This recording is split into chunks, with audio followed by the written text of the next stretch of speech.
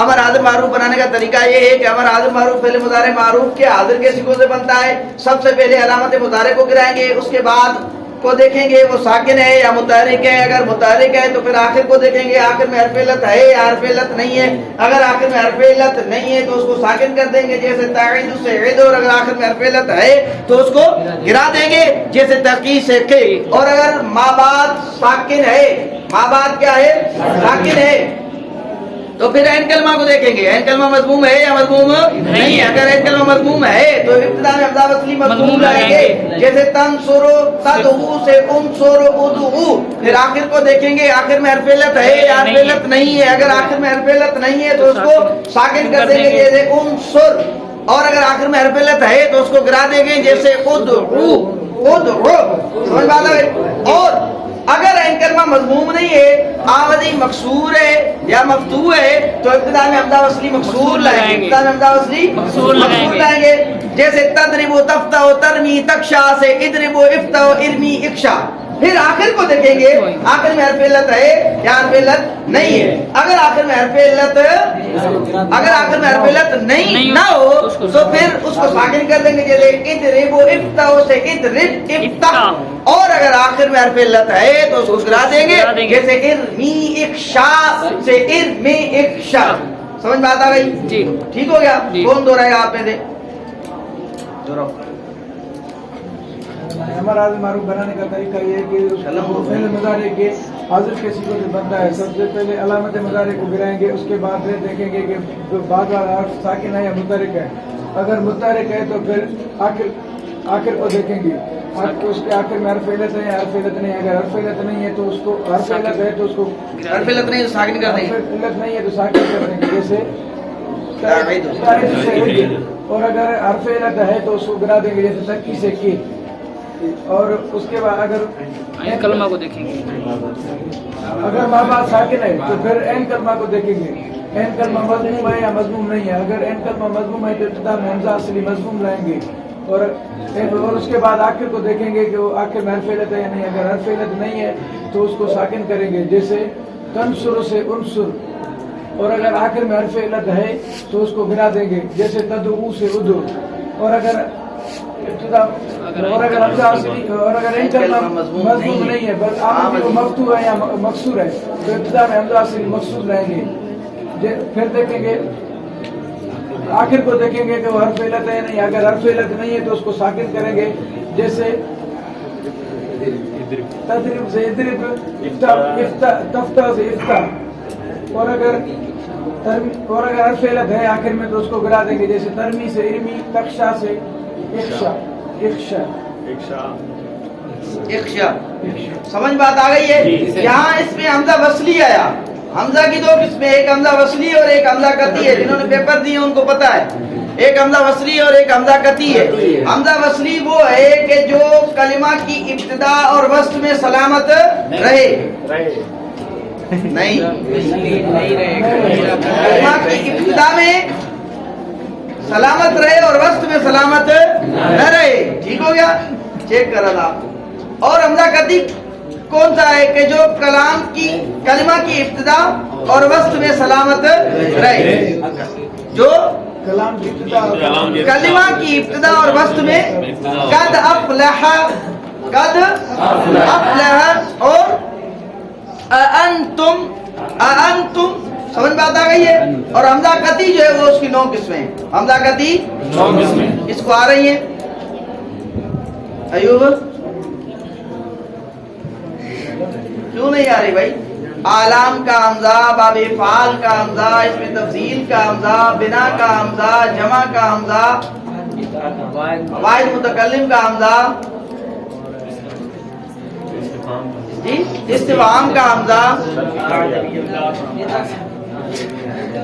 ندا کا حمزہ. یاد نہیں ہے آپ کو؟ یہ بھی یاد کرنی ہے. سمجھ بات آ گئی ہے.